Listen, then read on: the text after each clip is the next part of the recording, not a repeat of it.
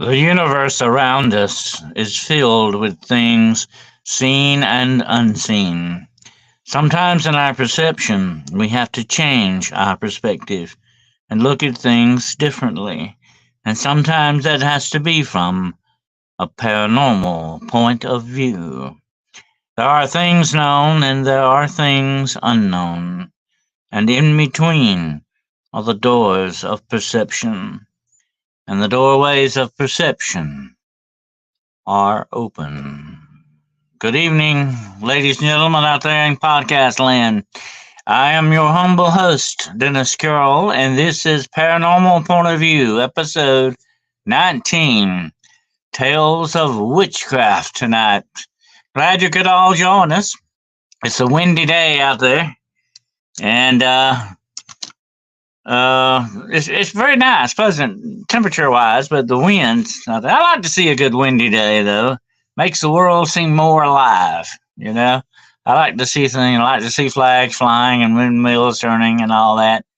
Definitely. If I had a big farm, I'd have a big windmill on it, without a doubt. I do have some windmills on my property, though. Little ones, not big ones. But I love to see them turn. I love to hear them and see them. I love to see things moving in the wind. It seems like the universe is alive, more alive, when that happens. But anyway, let me get my specs on here. And we're going to see who all we've got in the house tonight. It's filling up quick here. That's good. And if I can get this thing to bring up the comments for me. It's a little flaky tonight. That's one thing. I'm going to show you that in a minute. Come on now. There we go. All right. I can finally see your comments. All right. Hello, Monica, and my brother in the Midwest, Night Watch, and the lovely Jane. Thank you, Jane. Good to have you here tonight, dear. Crystal. Hello, Crystal. Glad you made it. Kyle, good to have you here. And Shinval Girl. Okay, I guess that's what that stands for. I know who you are, Melissa, by the way. Shiro, hello. And see who else we got here. We got let's see, the girl in her gong, of course. Good to have you here, dear. And all that. And it's been an interesting week. We've got some things we're going to go over there. Hello, John. Who has seen the wind? Neither I nor you, but when the leaves hang trembling, the wind's passing us through. Yeah, it's one of my favorite quotations there, definitely. That's good. I like the wind. Unless it's a tornado wind, that's a different story. And we've had a lot of tornadoes. We even had some very close to where I live, I think, the other night. We had a lot of damage done from that. And all that. Speaking of poems, I've got a couple of poems for you tonight that we're going to go over. I think you kind of requested to hear a couple the other night, and I've got them ready for you. And we're going to spring them on you here in a little while. I got a couple of good movie reviews for you. Haven't had a chance to read any books. I got a little show and tell to start off with tonight. Take a look at this. This is my Civil War bullet collection, by the way. Those are mini balls and bullets from the Civil War, and these were collected at the 7 Days Battle at Berkeley Plantation near Malvern Hill in Richmond, Virginia. Okay, and I know it's a little bit of a reflection on. Let me hold it that way. And there's a little piece of a buckle there too that come off of a ammunition belt.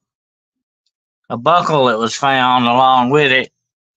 Some of my relics here in the old museum. Now, one of those mini balls has damage on it. It hit something, whether it might have been bone or rock or whatever. It hit something. That's from the battlefield, directly from the battlefield. And I always love history. Okay, history is a fascinating thing to me. I love history. And I actually have, I don't have it over here, it's on my other desk.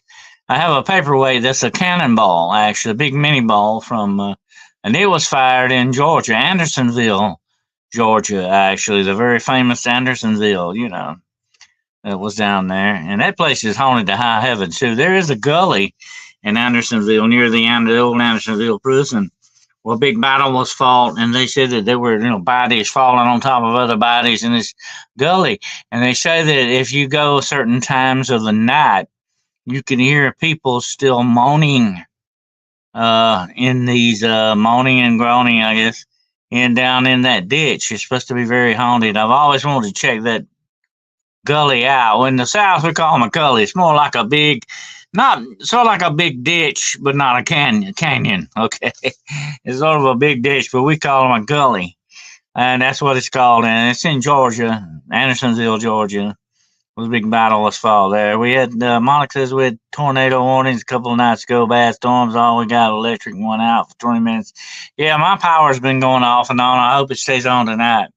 They've had a lot of damage, and they keep cutting it off to work on it and cutting it back on. It can be rather frustrating, especially when you have to set clocks. I hate that. If you got a digital clock, you have to reset the things. Crystal says very scary at times. We didn't have power, but some of my family did. Yeah. Yeah, it was very bad, but it wasn't quite as bad in Georgia because while I was watching the radar, it went more to the north. The biggest majority of it went to the north. We still got a good bit of it. It looked for a while like it was going north, and it shifted a little bit further south, but I don't think you got too much into Georgia, except in Atlanta.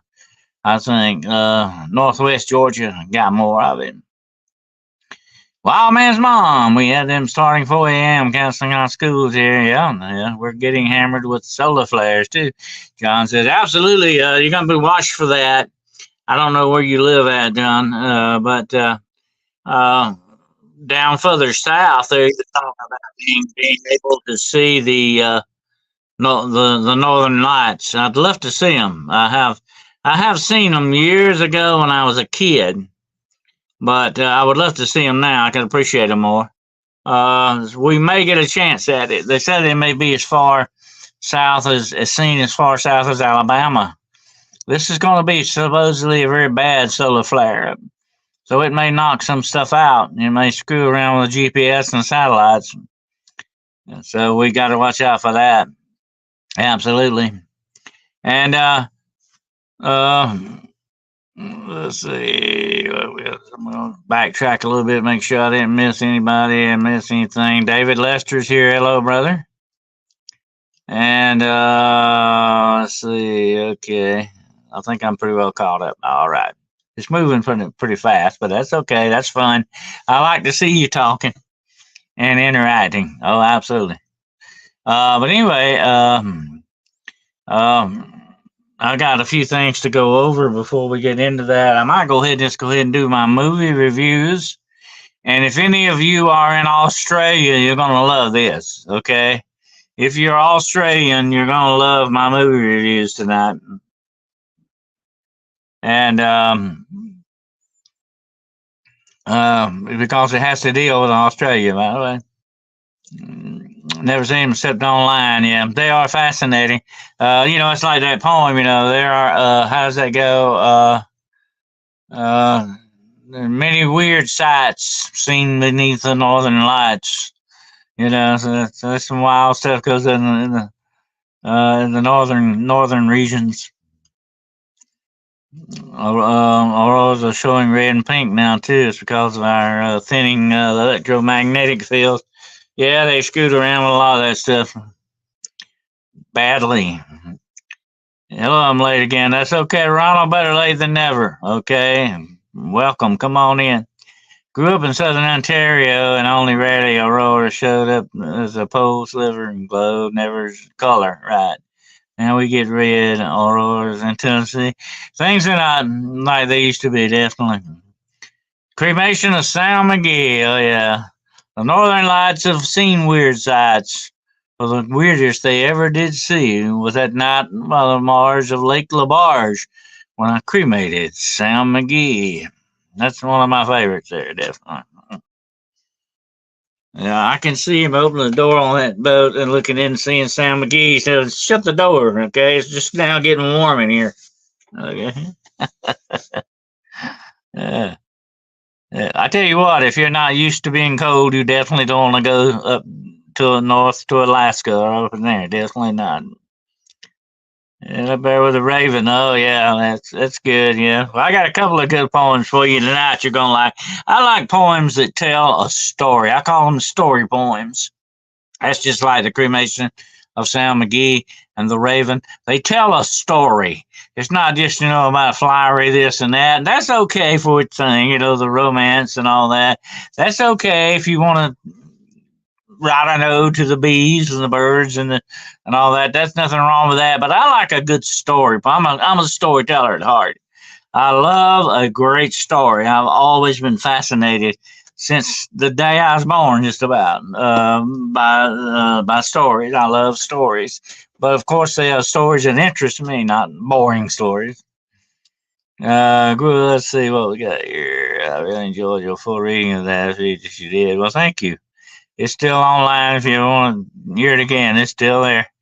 I've got audio of Johnny Cash reading the poem, Johnny Horton singing the song. Oh, yeah. That's a good, yeah. I remember him doing that, actually.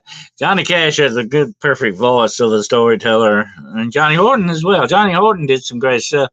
Johnny Horton was fascinated with Hank Williams. He even married Hank Williams' ex-wife, by the way. And Johnny Horton came to a tragic end. Unfortunately, died in an automobile accident. He went before his time like Hank Williams. That was his idol. I mean, he was fascinated. He's very much fascinated with Hank Williams the way that Nick Cage was fascinated with Elvis Presley. He even married Elvis's daughter. Of course, she got around to everybody, I think, eventually. That's the subject on Witchcraft. I have a question. Some paranormal investigators are saying our phones are basically black scrying mirrors. What do you think, Dennis? Well, let me say something about that. I've heard some talk about that, and I have had some very strange incidents with phones and electronics and stuff, and they can be demonically manipulated. Okay, without a doubt, all of our technology is subject to that, whether it's AI or whatever the situation is. These are things made by man, and as I've explained before, man is imperfect.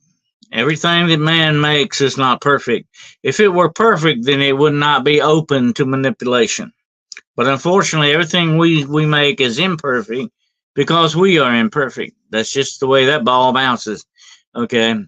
So even our technology is subject to manipulation. And I talked a little bit about that on Wednesday show about possible agents from the far-flung future screwing around with our timeline. Everything is open now in this universe to manipulation in that respect. So definitely it could be that way. But let me say this, okay? Most of the time, it's what your intention is, no matter what you are doing. If you are intending to use your phone as a scrying method, it will go that way, okay? But if you're not intending to do it, you really don't have anything to worry about. You understand what I'm saying? And I was listening to something today, like I've had a lot of interaction of people that have had some bad experiences with Ouija boards. Here's the two main things you need to remember about Ouija boards, okay? Number one, don't mess with them. Number two, see number one. Okay? That's the way that ball bounces, okay? If you don't want a problem with Ouija board, don't mess with them.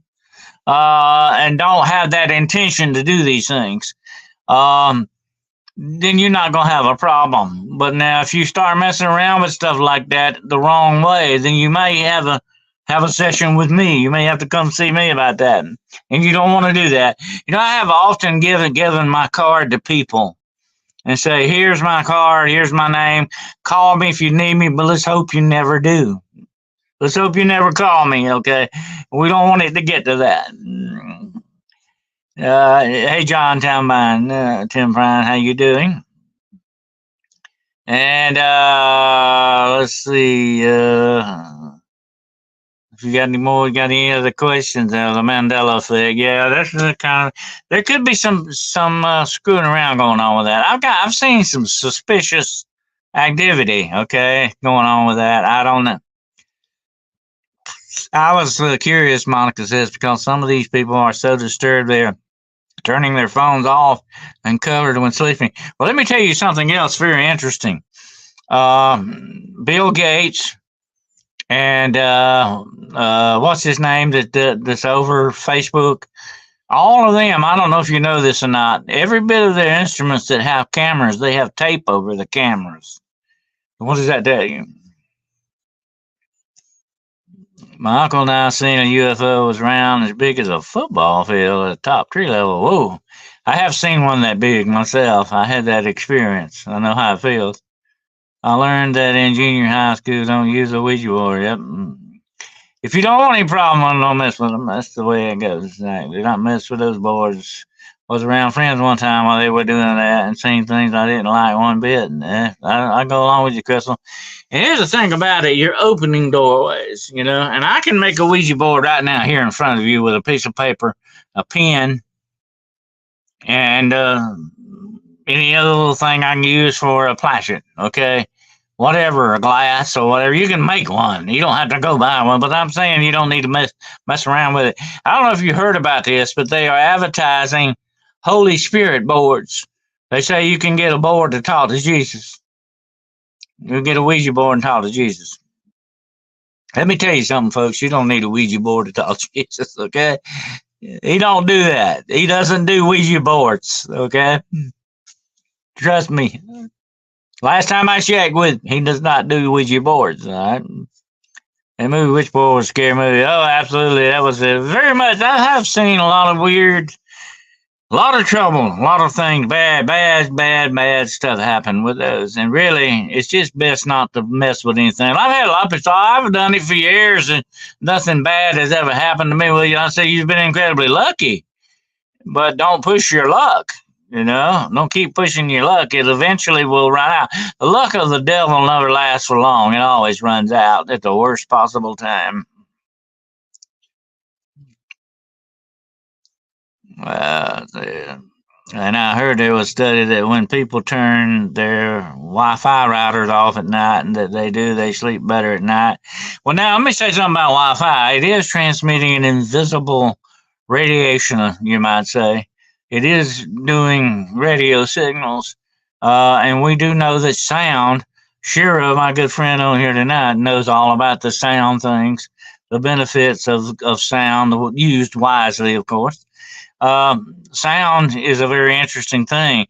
It can be detrimental or it can be helpful to you. So, you know, I never will forget, I was on a case one time, and we used to use EMF meters, you know, electromagnetic field meters. And I was going through this mobile home, and it was kept pumping up and up and up and up. And I knew I wasn't around the circuit boards in there. I wasn't around the breaker board. And I kept going. I got to the end of the mobile home, and I looked out the window, and maybe about 4 or 5 yards outside the window was this huge electric tower out there. And I said, and my meter was off the board. And I told the woman, I said, if I was you, I'd move. I would not stay here and live under these conditions. I said, this may be causing you cancer, brain problems. Ain't no none of what they do. Those kind of high levels of EMF are not good for you. And I have found out, and I want you to listen very closely, folks out there. Listen to me close. I have found out that certain old clock radios that people used to keep at the head of their beds were some of the worst things for EMF that you could, and laying there 8 hours next to something like that was not good for you either. Okay, that's something to think about. Okay. John says there's a lot of risky stuff you can do repeating. It's never a problem until the one time it is. Yeah, that's the way it goes. Yeah, if it can go bad, if it can go wrong in this universe, it usually will. You know, that's just the way that works. We're being microwaved at night. You have to wonder about that. Here's another thing to think about. We've talked about this before. I think out of every 4 or 5 microwave towers, one of them's a dummy We don't know why that is. That we think the government's got one of them doing something with it, but it doesn't register as a regular microwave tower. Something going on with that. I don't know. My gong is full of emotional violence. Okay, there you go. All right. Makes you feel good. Do it. And if it doesn't hurt you. Unless a lot of investigators use them. Oh yeah, the EMF was supposedly the theory is, and I've had some freaky stuff happen with it. And like I said, my dog was very sensitive to EMF fields. Animals are. If there's a disruption there's a normal EMF field around us at all times. But if what we were looking for was a disruption of it, something manipulated, something going on with it, that could tell you some things, especially like if you're around portals or something like that, that's going to happen. If I missed anyone, hi everyone. Well, okay, there's that Midwest, I put you up. Anyway, listen to my Bible on my phone. I rely on my alarm. There's nothing wrong with your phone, but might not be a good idea to keep it, especially sleeping at night, too close to you. Don't sleep on it. Don't have it on you all the time. It's better not to keep it around your body so close at times. That might be a good idea because phones I can pick up phones with EMF meters, by the way. They show up especially on my tri-field meter. That's my favorite one. The tri-field meter, I can tell when a call's coming in with that thing. The fluctuation in EMF fields is amazing. There's some wild stuff going on with that. I play gong and do an Irish blessing afterwards. Oh, Irish blessings are good. Okay, yeah. But anyway, my brother Bob, let me care of something right quick. My brother Rob, Bigfoot Michigan Rob, and made a little video today, and they're having a mayonnaise taste off, you might say. And he checked out Duke's mayonnaise today. Okay, I have Duke's mayonnaise here.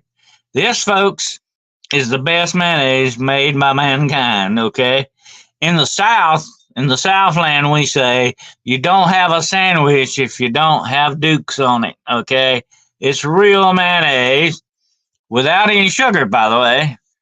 There you go. That's the good stuff. So that's my vote. My Duke's gets my vote. Is there any other mayonnaise? Okay, not in my book. There's not. But he had a little thing, and I was gonna kind of congratulate him. He picked out the best. Okay, he picked out the best. He did good. Good job, Rob. All right.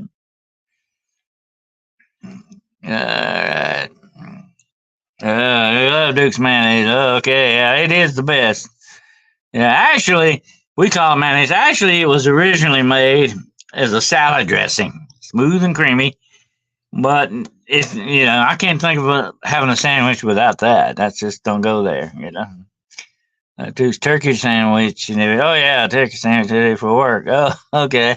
Well, that's good for you. Turkey's good for you. Yeah. Philip, how you doing, sir? Duke's when I use mayonnaise, absolutely. That's a staple of the South. Actually, it was invented not too far away from where I live.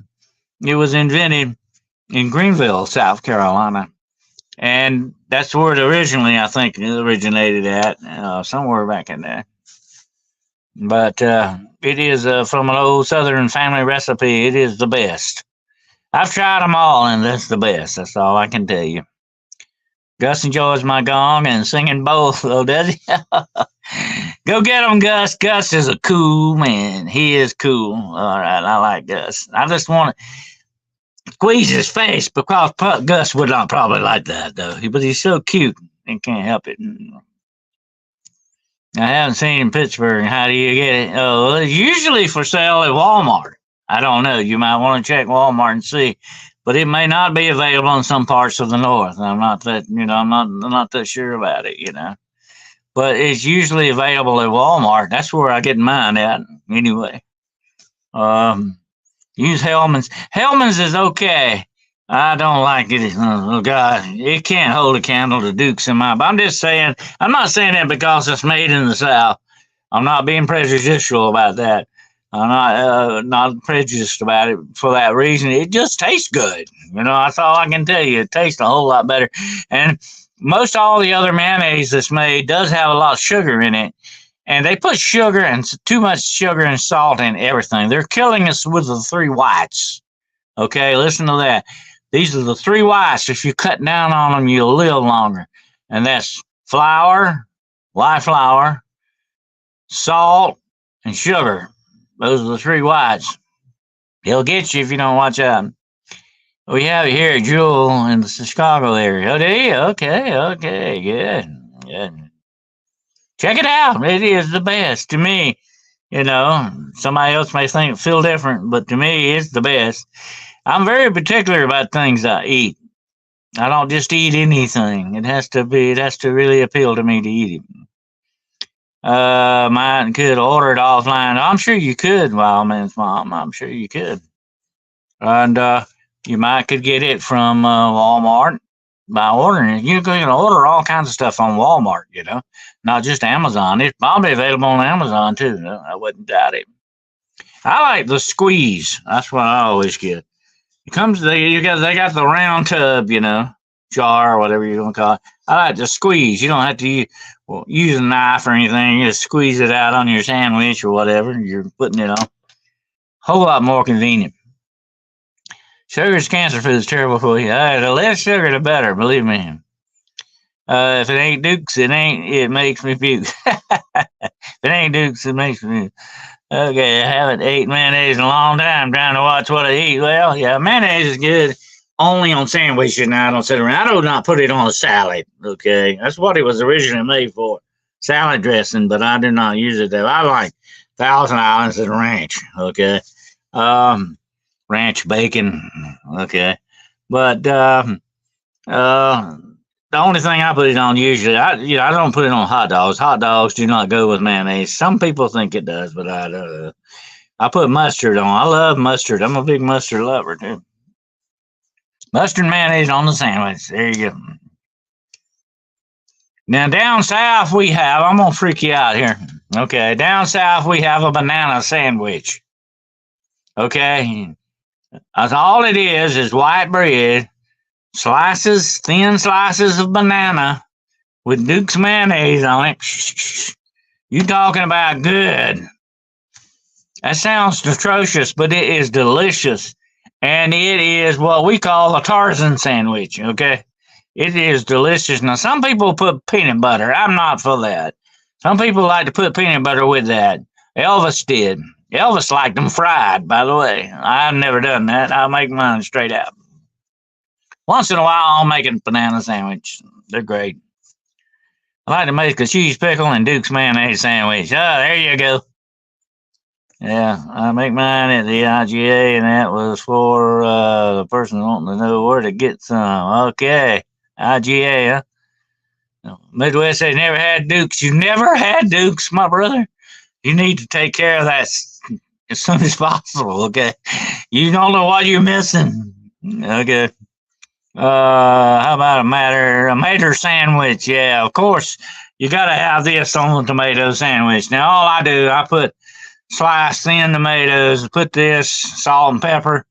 You're good to go, buddy. Yes, sir. Elvis Nutter Manor sandwich. Yeah, I never fried them. I never tried them. That was a little bit. I don't know where you got that at. But I like a good Tarzan sandwich every now and then. A jungle sandwich. Never heard that Tarzan sandwich. Yep. Yes, a good mater sandwich is good. Yep. People in PA use peanut butter, not me. But now I used to. I don't eat them much anymore. But a peanut butter and jelly sandwich. But it depends. You had to have grape jelly. You don't put your strawberry jelly on there. It's got to be grape jelly. But I never was a big fan of peanut butter and jelly. Okay, it's okay, but I never was a big fan of it. I like my jelly on a hot buttered biscuit. Thank you. And down south, we have the best breakfast of all. Okay, we have the grits. We have your sausage. We have your gravy and biscuits. You talking about good, man. Mm-mm-mm. Cardiac stuff, buddy. Yep. PB and J, you love it. Uh-huh. Yeah. Yeah, we can get. I mean, an occasional one, but I'm not that big on them myself. Girls raised in, that's grits, Grits, girls raised in the South. Grits. Peanut butter and jelly burrito. I never tried that. Less mess and back more filling. I guess you probably could. I have tried. Fried ice cream comes with fried banana. It's good. Oh, yeah, yeah. Yep. I had shrimp and grits when I was in Georgia many years ago. I love grits. Grits and a sausage biscuit. What are you talking about? Yeah. And gravy on that. I don't have gravy every morning. I don't have that breakfast every morning. I'm sorry. But once in a while, though, I would definitely go with it. Chicken fried steak, that's good too, yeah. And of course, cube steak, that's where or some people call it beaten steak. Cube steak is good. It's delicious with gravy. Oh, absolutely.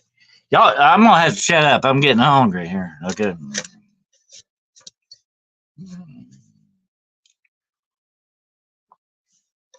Yeah. But anyway, okay, but I'm gonna get to the movie reviews now. Okay, I watched two movies. They're really like one big movie. Okay, and the name of these movies, and they're for free on Prime if you want to watch them. Maybe on Tubi too. I'm not sure. I think it was Tubi, if I'm not mistaken. Might not have been Prime. And the first movie is called Occupation. The second movie is called Occupation Rainfall. And the people are in both movies. The same people are in both movies, okay? But the first movie, you need to watch it. The first one, you need to watch Occupation, and then watch the second movie, Occupation Rainfall, because that's part 2 of it, okay? And what this is, it all takes place in Australia. And those Aussies are rough people, okay? I have to admire them. They're good people. And this is if you want to see what the world would look like with an alien occupation, that's why you need to watch Occupation here, okay? Because it shows you what would really happen, all right? And it's a great story, great special effects. I highly recommend it. It is a good movie, well-made movie, and it's got a lot of good characters in it.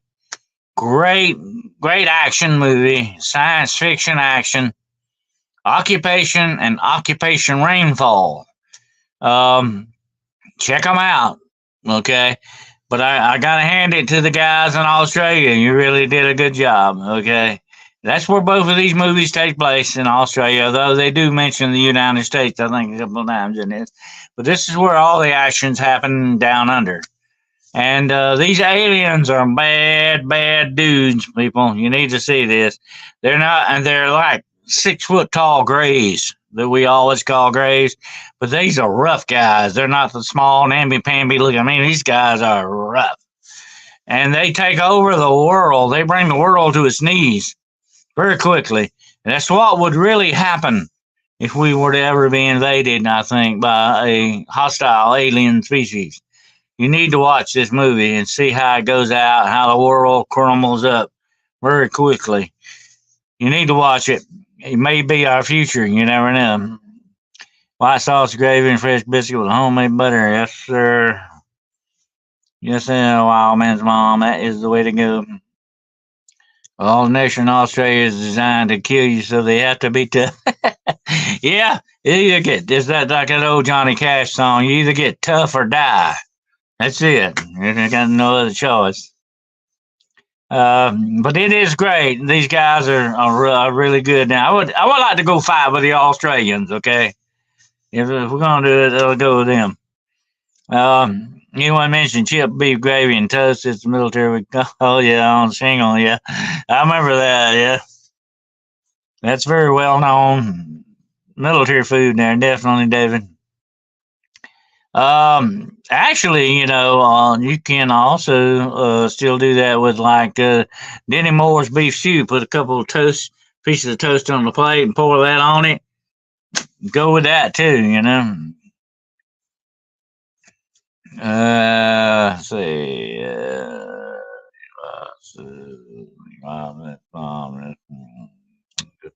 I'm sorry. I have to do this. Look, the screen is kind of small.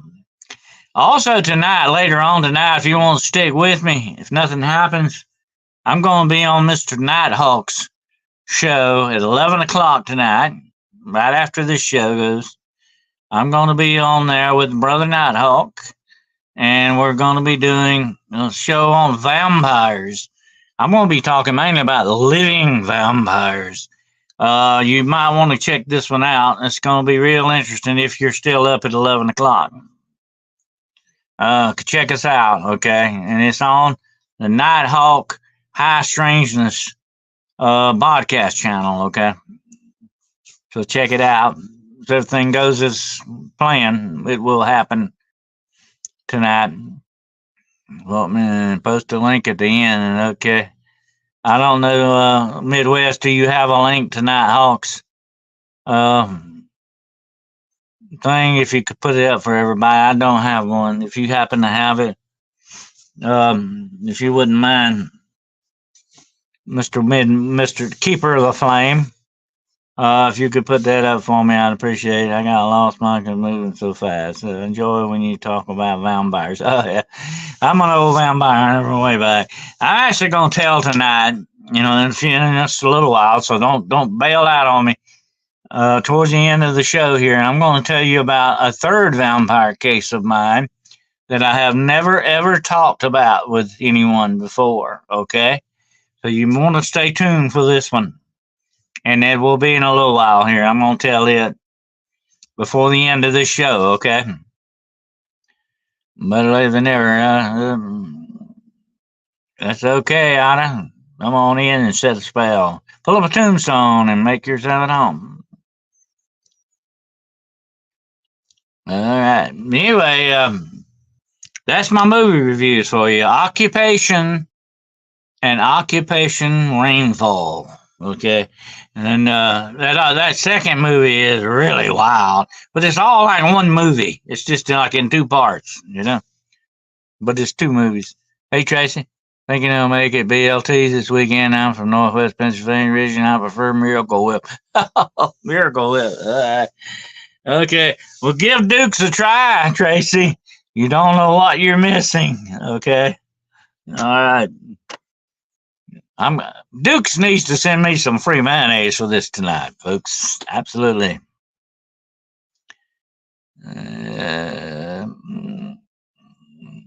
That's okay. But anyway, check them out. Occupation and Occupation Rainfall. I loved them. They were great movies.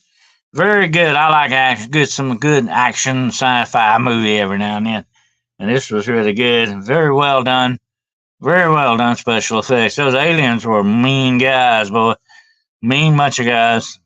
I like the helmets. They wear these helmets, and there's like a red line, and it's red lighted line in the middle of them. They're a rough bunch of dudes. What is a real vampire like, Dennis? Well, that depends on what kind of vampire you're talking about, Monica. There are different types of vampires. Like I say, there are living vampires. There are the traditional undead. There are demonic vampires or evil demon spirits that are vampires. There are psychic energy vampires. There's a whole bunch of different vampires.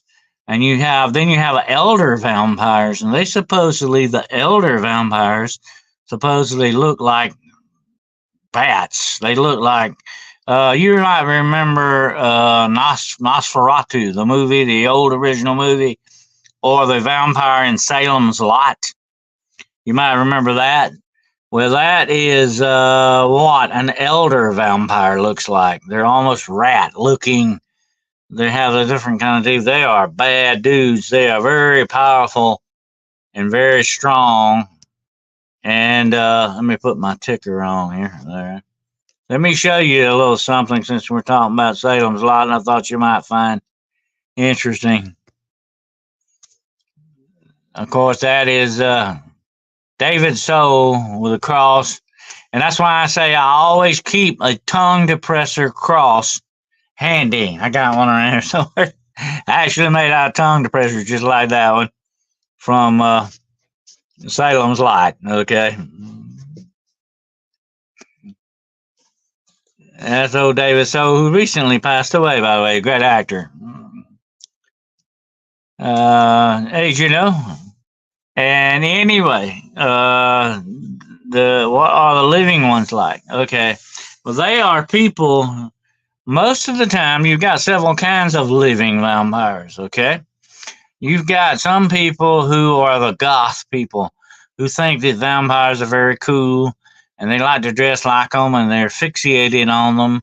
Like you said the other night, some of them steal real tombstones to put in their rooms. They're very dark-oriented people, and they do some weird stuff, and they dress weirdly. We all know goth.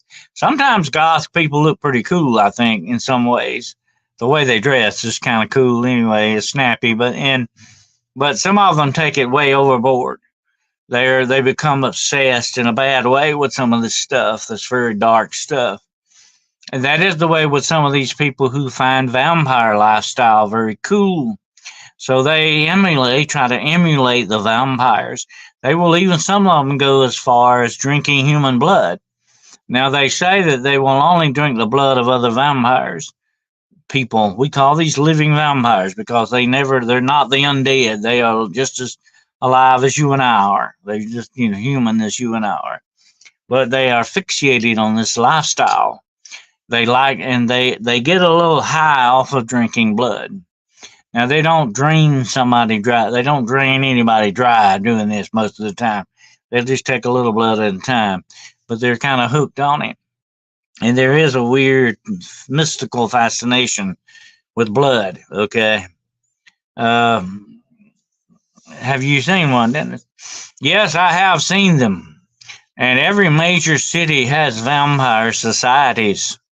Some of these living, now I want to give you another definition on some of these living vampires take it even one step further and become very dark and diabolical in the way they do things. These are the vampire cults. These are the vampire gangs, and there are different types of cults. Some of the cults are what we call the low-key cults. They're very much like the Crips and the Bloods. That's where the Bloods kind of get some of their name from. Some of them started out with this kind of stuff. You've got the Crips and the Bloods. When I was in law enforcement, we all knew about all these gangs. They're all over the place. These vampire cults are sort of like these gangs, the lower tier of them. But the higher up in the vampire cults you go, the more secretive they become, the more dangerous. They sacrifice people. They actually murder people. These are ritual murders. And I think my friend Jessica did a crime thing the other day. And if you didn't see it the other day, you need to check it out. Well, she remote viewed this missing persons case. And in law enforcement, we know that there is such a thing as ritual murder. And a lot of these vampire cults perform ritual murders, okay? That's the way they go. I didn't go overboard.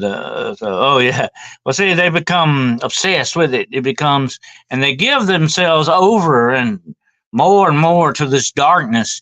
They become really, in many aspects, demonically possessed people, possessed by vampire spirits, but they're not dead. They're living people. But unfortunately, most of them are lost souls. Now, by that, I mean, they have gone past the point of no return. They will never come back from that, usually. They're lost very badly, and spiritually, you might say. I see people getting the vampire grills. Yeah, the grits you put it in your mouth, it looks like real vampire thing. Yeah, those people think. Some people can actually have real implants put in there, so they will have actual vampire teeth. I've seen that happen. Those are permanent. You don't take them out. This is how far overboard these people go. They give themselves over to this dark. It's very demonical. Okay, let's put it that way. Let's say it for what it really, really is here. This is demons messing around with humans and humans messing around with demons things. But I have run into demon spirits that are vampire spirits, and they feed off of the essence of your soul and your life power, your life source. They feed off of that. Not just the blood. These are dangerous things, folks, to mess around with. Actually, you don't want to mess around with these guys because they are playing. Most of the time, they're playing for keeps. Now, the girl that I ran into in the cemetery, I believe may have been an actual undead vampire. In that respect, because no matter what you look at, a human vampire is going to feel very warm, just like you and I. This girl did not come off like that to me. And the case I'm going to tell you about in a few minutes is interesting too, in that respect. But that's what that's about. You're able to identify a vampire in public only at night.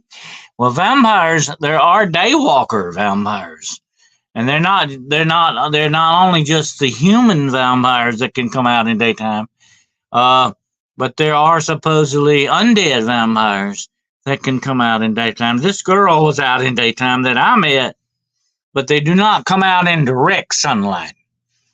Direct sunlight is what they don't make. They can come out in day as long as they stay as it's a cloudy day, or if they stay in the shade. You see some of these people carrying umbrellas.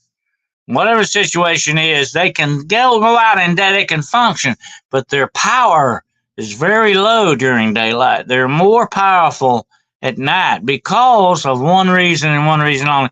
These are creatures of darkness. Got to remember that. They're demonic, and the demonic loves darkness, not the light. I've seen demons run from light, okay?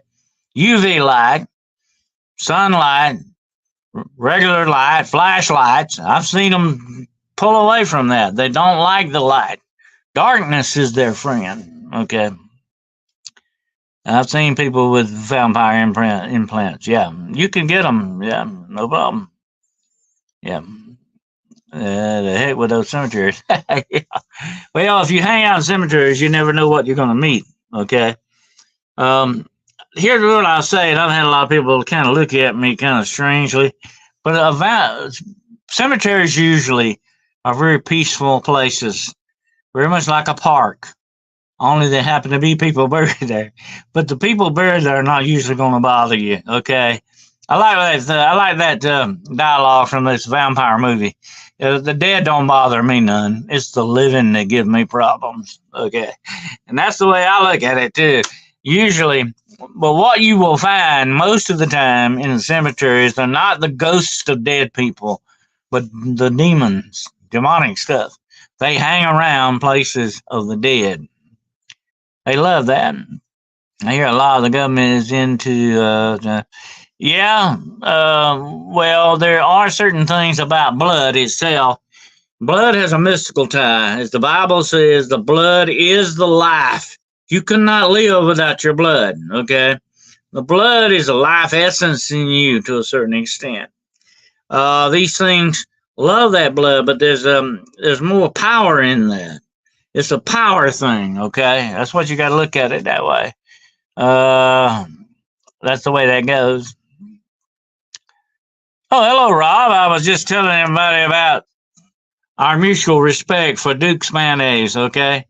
I liked your video, okay? I commented on it, and I agree with you 100%. Duke's is the best, okay? I've tried them all, okay, Rob? All right. So anyway, getting back to the vampires, the interesting thing about that, and I'll be talking more about it on Nighthawk Show tonight, but vampires are so many different varieties of them, you know. It is funny. I just tried it today. Okay, job, Rob. It is great. It is great managed to me. We say in the South, you don't have a sandwich without Dukes. Okay. All right. Well, it's good to have you here, brother. So anyway, there's so many different varieties of these vampires. That's what's fascinating about it. You have the dead, the undead. You have the spiritual. You have the elders. They're monsters. They're monstrous type vampires. They will not cut you a break. They would definitely kill you very quickly to do whatever it is they want to do, and they would hide their identities from stuff. They're the Nosferatu, the undead, the supreme undead. You don't want to mess with them. Absolutely. Vampires would be among, let me say this about them, okay? As an old monster hunter myself, one of the most dangerous monsters out there would definitely be a vampire. I mean, a real full-blown vampire of the undead variety. Although the human vampires are just as dangerous in that respect. They're people that are obsessed psychotically with this stuff. They're not good guys either, usually, and that's the way that goes. But anyway, that's the fascinating thing about the vampires. There are many different varieties of them, many different kinds. I would suggest you read Mr. Dudley. What's his name? Dudley. I got his book. I'll have to show it to you one day. It's called The History of the Vampires. It's fascinating that almost every culture in the world has something like a vampire in it. Let's see what we got here. Oh, Overbuilt's in here. Hello, Overbuilt. So anyway, that is the fascinating thing about vampires. But I'll be getting more into it later tonight if you can hang in there with us on Mr. Nighthawk's thing. But I will definitely be doing a show one day very soon again on more of these vampires. I find fascinating from a law enforcement view as well, are the vampire cults. They're worse. Okay, they're like Hell's Angels on steroids. Okay, let me put it that way. They're like that, and they are a very dangerous bunch of people, without a doubt. And they, you don't want to, you have to be very wary. And like we were talking about on Jessica's show the other day, there are a lot of these cults out there, and I think that's where a lot of these people disappear to, because some of these cults definitely do human sacrifices. Okay. Monica says, me and my friends, when we're in school or in the Craft movie came out, we wanted to be those girls in the movie. We would dress like them, and that's how Hollywood has such influence over society. Absolutely. Oh, yeah, for the bad in many cases. They like the anti-heroes and the dark stuff more than, the good, pleasing stuff kind of stuff. That's the way that goes. But there are a lot of witchcraft cults, and that's what I was going to talk about tonight, the tales of witchcraft.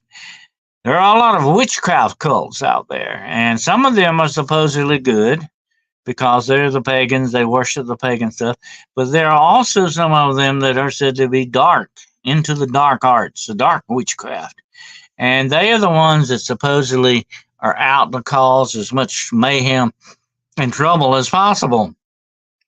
They also go hand in hand with the satanic cults. Some of them are one and the same. You can call them witchcraft cults, devil cults, satanic cults, whatever name you want to give them.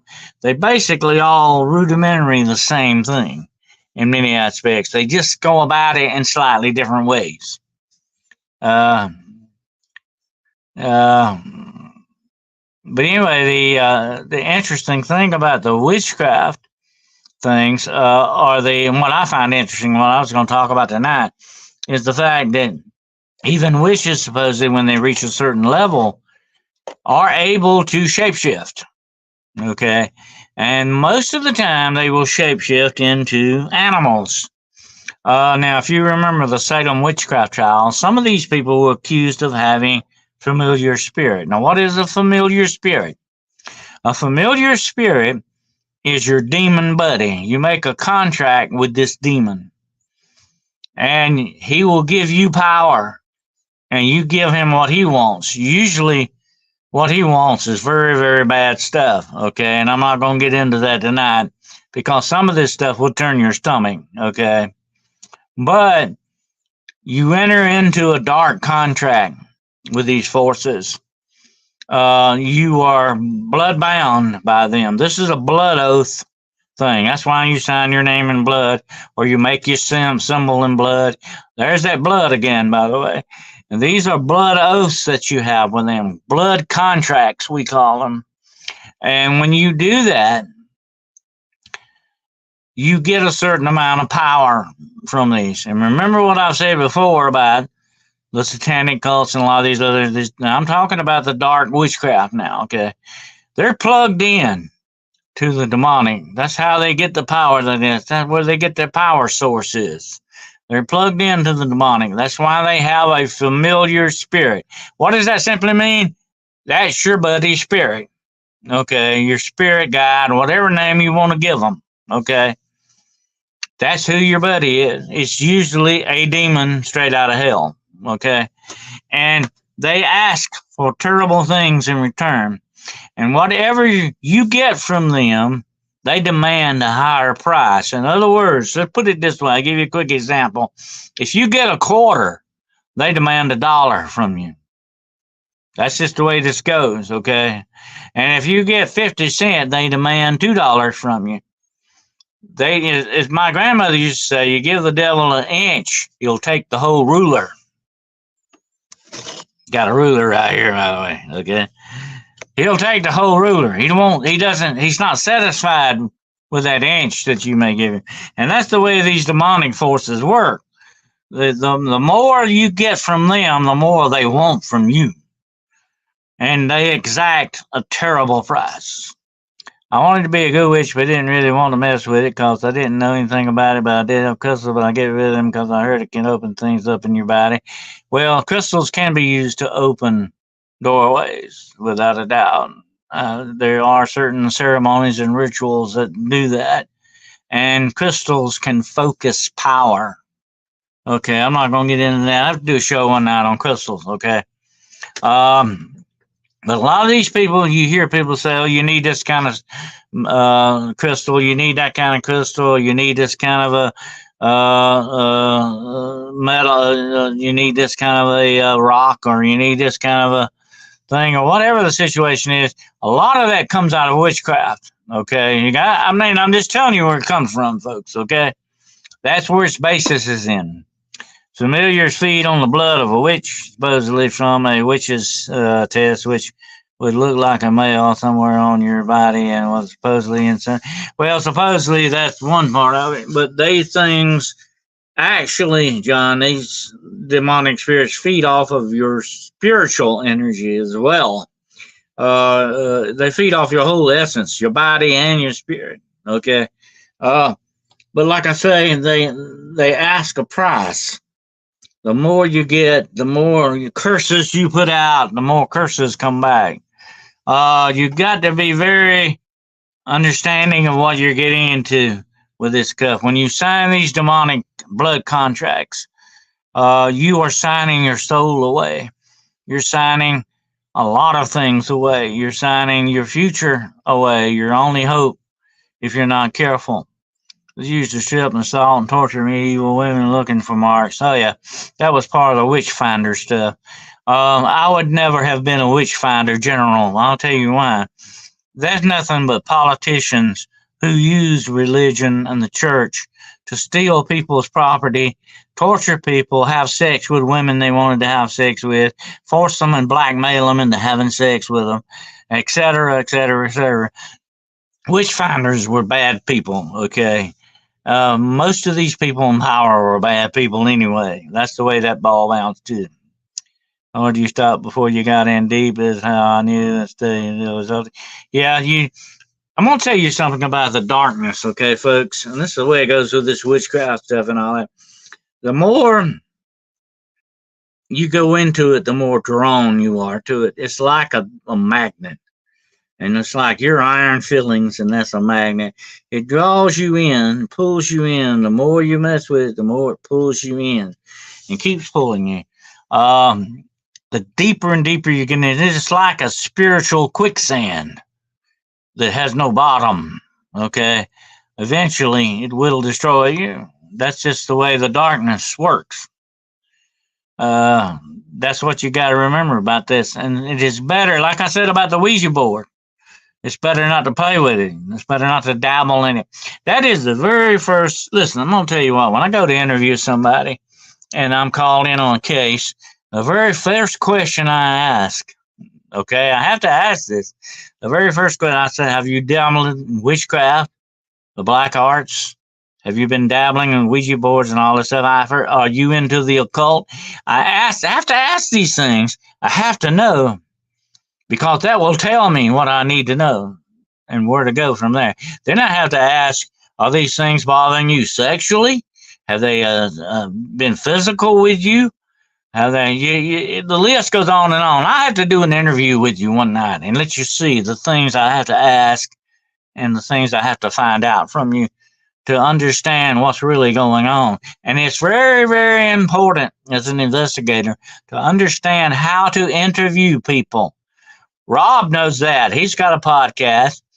And that's one interesting thing about podcasts. You better know how to interview people. Okay. That's the way that goes. He knows that, and I know it very well too. You got to know how to interview people. Yes, I think that might be why I'm dealing with spiritual welfare, even though I don't do visuals or anything. Well, these things know your weakness, Monica. Okay, I'm gonna say this about the demonic. They know us better than we know our own selves sometimes, especially when it comes to our weaknesses and our strengths as well. They know what to hit. If I were going to lay siege to a castle or fortress, I'd want to know everything on the outside and inside that fortress so that I could figure out how to get in there. That's the way the demonic works against you. And you did go through that, unfortunately. Yeah. Sometimes we set ourselves up for bad stuff. That's just the way it goes. Sometimes we are our own worst enemies, and we need to stop doing that. Absolutely. But anyway, that's the witchcraft tales, man. And so, any questions about that, the witchcraft, the familiars, and all that, feel free to ask me right now. I'm sitting here waiting. And let me know if you got anything you want to know more about that. But it is a dark, dark subject. Without a doubt. Because you get into ritual murder. There's even certain things about ritual suicide. I won't even get into that tonight. Well, these things require you to give your life to them. Kill yourself for them. And they think they're going to get power in the next world and all in the next life or whatever it is they believe. There's some wild, freaky stuff going on here, folks. Yeah, you can't change the past. You learn from it. But what you can change here and now and the future, hopefully, if you have a future, without doubt. So don't dwell too much on the past. There's not a whole lot you can do with it. Ask forgiveness, forgive yourself, and move on. Don't let the past keep a hold of you too much, okay? They watch us from the time we were born till it's time to go. Well, they know us. They know us because we are their enemies. They believe in knowing your enemy. Know your enemy, and you've got him halfway home. Okay, and they know that. So we have to be very careful. Did you know that even Jesus in the Bible, listen very closely to what I'm about to tell you. Listen to what Jesus said. In the Bible, he said, keep your plans to yourself because the enemy is always listening. And he'll screw you up. He'll mess you up when he finds out what your plans are. Jesus said, let your answer be yes or no. Don't say, I'm going to go here and do this, or I'm going to go there and do that. Don't tell them what you're going to do. Keep them guessing, okay? Don't let your plans be known, Jesus said. Keep it to yourself. That's a warning. They are listening. They're always watching and listening. They were the original watchers. Okay? Don't forget that, and don't let them know what you're up to. Keep your enemy guessing. Then you got him. You understand? Right, they want you to see those terrible. There was a church that had a bunch of people that commit suicide. Oh yeah, they get you to do these things. Okay, not only ritual murder, ritual abuse, ritual suicide, ritual torture. The list goes on and on. I'm not going to get deep into this stuff because it is very, very dark. It will give you nightmares. It will hurt your spirit to hear it. It is bad juju. Okay. But this is what this stuff is about and what these people are getting into. That includes these vampire cults and these witchcraft cults. Okay. Don't buy the lie. Oh, we're all witches. We're so happy and we're living life the way we know. Don't buy this stuff. Okay. Because a lot of these people are into some very dark, heavy, dark stuff here that will doom your soul very quickly. Okay. Trust me. I've seen it happen. Just want to do the right thing. Well, nobody's stopping you, Monica, from doing the right thing. Okay?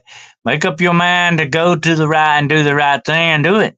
As David Crockett used to say, first find out if you're right, then go ahead. What do police tell you to look out for in regards to the occult? There are many different signs, John. There could be the certain symbols they tattoo themselves with. There can be things that you will find on their property. They will tell you certain way that things are laid out, certain colors of candles that are used. The list goes on and on and on and on. It is a very deep study into these things. They even have different handshakes. They have different signs that they give out. The list goes on and on. Real witches are grave robbers. Some of them are, definitely, because they have to get certain ingredients to do their stuff. The demons demand that they come up with certain ingredients, like a dog's tongues or whatever the situation is, and be a better person than I was last month, 10 years. You can, Monica, and you're on the way, the path.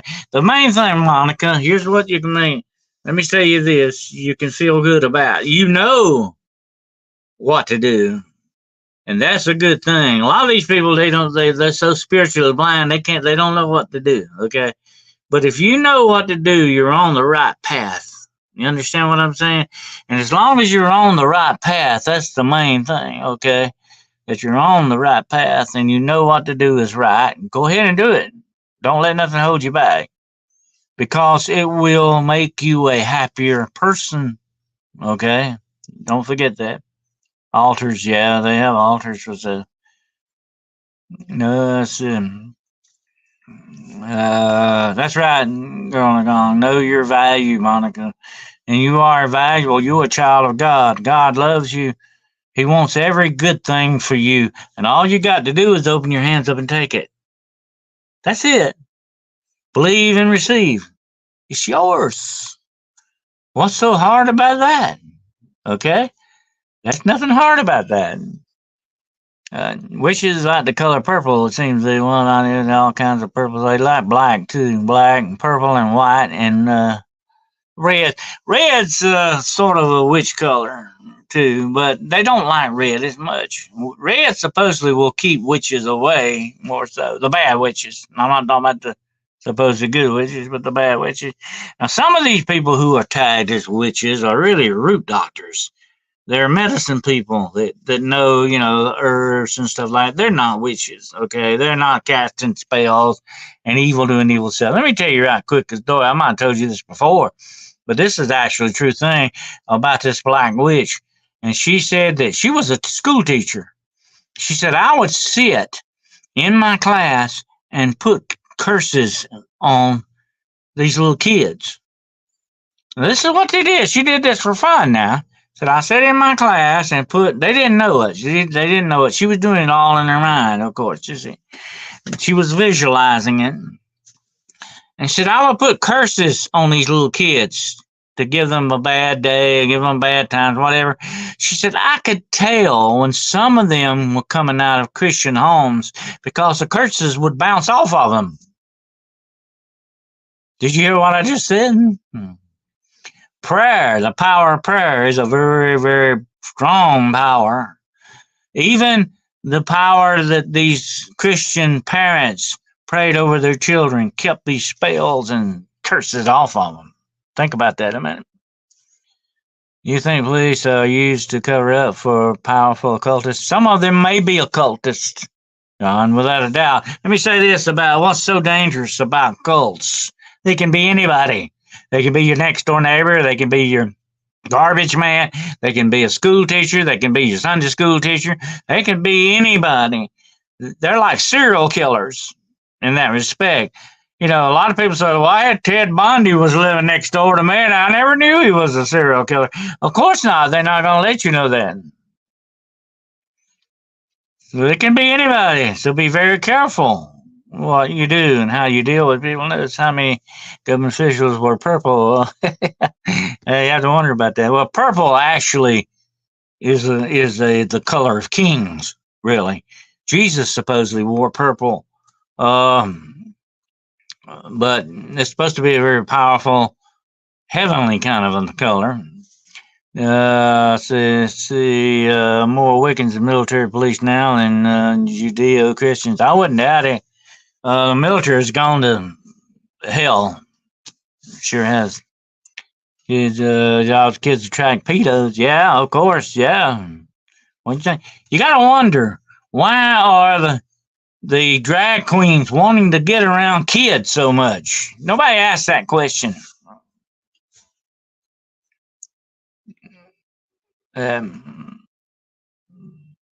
To be here with y'all. Well, Monica, we're glad to have you. You're part of the family, Monica. Don't forget that. There's people like that. They do God to children. Oh yeah, I know the hottest part of hell needs to be written.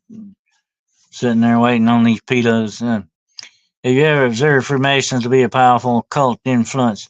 There are some that say that. I'm not a Mason, my own self, but there are certain aspects of it that are very cult-like. I am a Knights Templar. This is a Christian organization, by the way, but it's not. It doesn't have any sort of the tenets of the cults. You have to be very careful with some of these organizations. When they demand you change your lifestyle, when they demand you give them all your money and your time, and they isolate you and take you away from your family and try to bring you in and control you. That's a cult. Okay, that's what it basically is. That's different than an organization. Okay, you got to study cults, you'll understand them. Let's see. There's a couple of crown chakra. Thank you. Let's see. Everything has gone to hell, unfortunately. Yeah, it's going there definitely. Hey, we're not on the way to hell in a handbasket. We're sitting on the doorstep of hell. Okay. But yeah, why do they let the drag queens do it? And that's another good question. Why? Because that's what they're up for. Don't you understand that in this world, you got people who are on a different mission than what you might be. And their mission may be very dark and evil, without a doubt. There's a lot of that going on in the world today. But anyway, what I was going to say about the witch tales tell a lot about witches that can turn into animals like big black cats. They can turn into supposedly pigs and dogs. They can take on different shapes and forms of other animals, even deer, supposedly. The list goes on and on. So you don't know what you're really dealing with. Is it a dog or a witch dog? Or is it a cat or a witch cat? You have to wonder about these things sometimes. I had a cat one time. I think he used to ride with witches a lot. He'd come back all frazzled. I don't know what he was up to. Yeah, it's going by the book, and it's going by the book, and it's almost finished. Yeah, that's right. Then if I asked Grandpa why he was not a 32nd degree Mason or 30-30, he said with big eyes, too much responsibilities that for me. I ain't going to told me to stop talking about it. Yeah, they control you. The more up the ladder you get, the more control they get over you. You gotta watch that. Any kind of thing does that. That's not an organization. That's a cult. That's the sure telltale sign. Is that? Look at that Nexus cult. It was in Hollywood, and that guy was branding all the women because they were his personal sex slaves. He was branding them like cattle. I mean, that's a cult, and they were allowing that. How can a woman in her right mind would allow something like that? I mean, but that cult, it gets that power over you, that brainwashing stuff, and they get control over you. Therefore, the government might be a cult if you want to look at it that way. I always had Mormon people come to my house last week. There was a thing on me supposed to get baptized. When I found out they were Mormon, I said, I'm sorry, I want to be baptized Christian.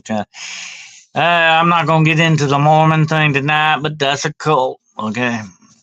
And it's not even really, it tries to make it sound, look Christian, but it fails drastically. Just getting baptized, Monica. Now, you don't want to mess with that, Monica. Definitely not. Definitely not. But anyway, that's my thing on witchcraft now. So I'm going to line up a couple of story poems for you here, okay? And these, of course, are spooky ones. And I hope you will enjoy them. And like I say, they tell a good story, okay? Now, last Wednesday, I mentioned bringing Mary home. I'm going to do that one for you tonight. And this is one of the most famous ghost stories ever, okay? I mean, it's known around the world, in every state, in every country, just about everywhere. You're going to run into the ghostly hitchhiker, okay? And this poem was actually also a song. You can sing it. I'm not going to sing it. I don't want to scare you, okay? But I couldn't hold a tune in a bucket, probably. But I'm going to recite it for you. And this is the way it goes, okay? Are you ready? Bringing Mary home. I was driving down a lonely road on a dark and stormy night when a young girl by the roadside showed up in my headlights. I stopped and she got in the back, and in a shaky tone, she said, "My name is Mary. Please won't you take me home?" She must have been so frightened, all alone there in the night, but there was something strange about her. Her face was deathly white. She sat so pale and quiet there in the back seat all alone. I never will forget the night that I took Mary home. I pulled into the driveway where she told me to go, got out to help her from the car, and opened up the door. But I could not believe my eyes, for the back seat was bare. I looked all around the car, but Mary wasn't there.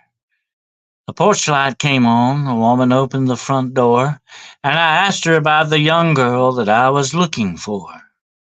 Then the lady gently smiled and brushed a tear away. She said it sure was nice of you to go out of your way. But 13 years ago tonight, in a wreck just down the road, our darling Mary lost her life, and we still miss her though. So thank you for your trouble, sir, and the kindness you have shown. You're the 13th one who's been here, bringing Mary home. Like I said, that is one of the most famous ghost stories of all. Yeah, it's down in Bluegrass too. Yeah, absolutely. It's an old. I think what was his name? Red Sovine. Red Sovine, the singing truck driver, used to sing that one. Yeah, I told me that when I was a little girl, one of my favorites. Yeah. Now, of course, along with that comes another ghost story of the road. Okay, I'm going to do it for you tonight. And you probably may have heard this one, I'm sure, too, but it's one of my favorites. It's called Phantom 309. I was out on the West Coast trying to make a buck, and things didn't work out. I was down on my luck. Got tired of roaming and bumming around, so I started thumbing back east towards my hometown. Made a lot of miles the first few days. Figured I'd be home in a week if my luck held out this way. But about the third night, I got stranded way out of town. At a cold, lonely crossroads, rain was pouring down. I was hungry and freezing. I'd done caught a chill when the lights of a big semi topped the hill.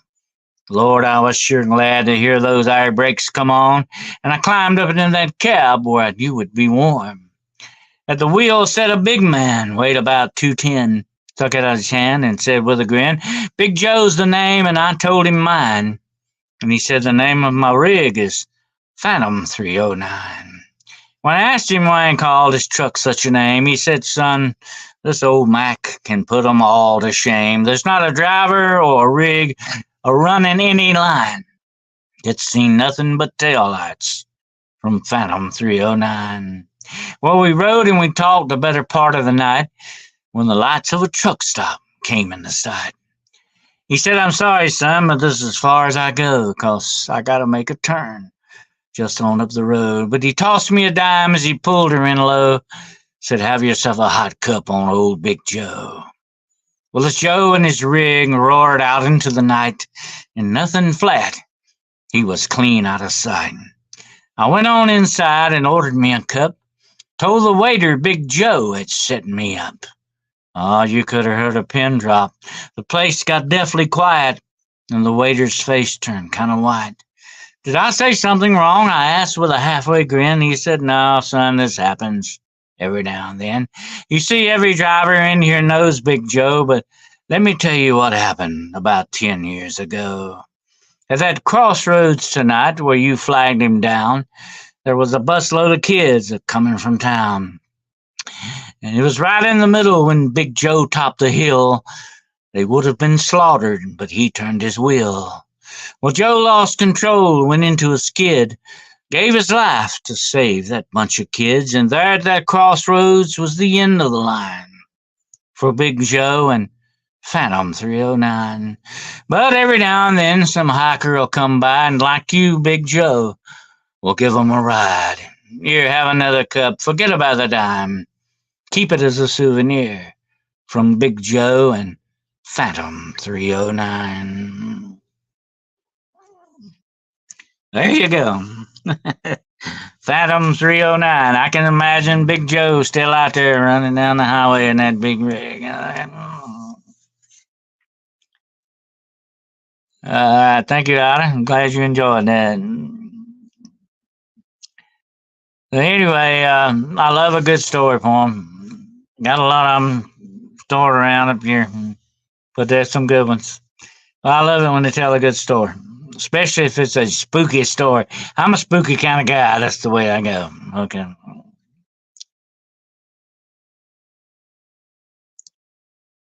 Well, thank you, Monica, and I want to thank all of you for tuning in tonight and listening to me rattle on.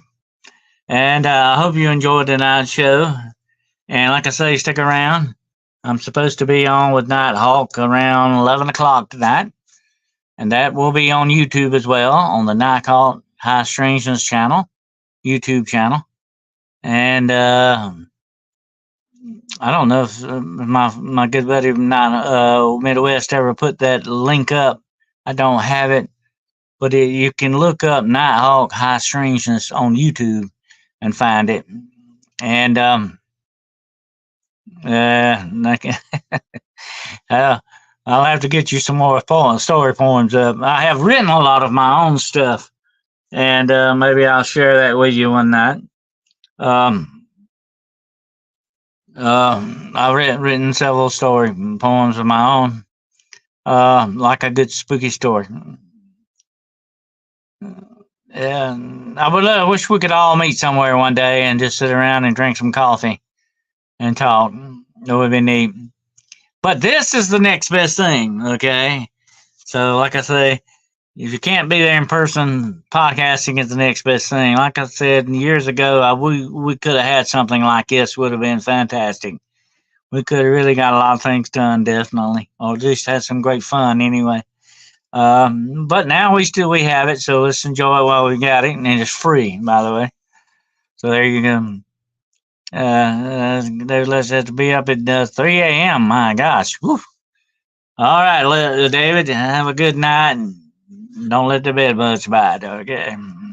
Hopefully there's no bed bugs. It would be neat.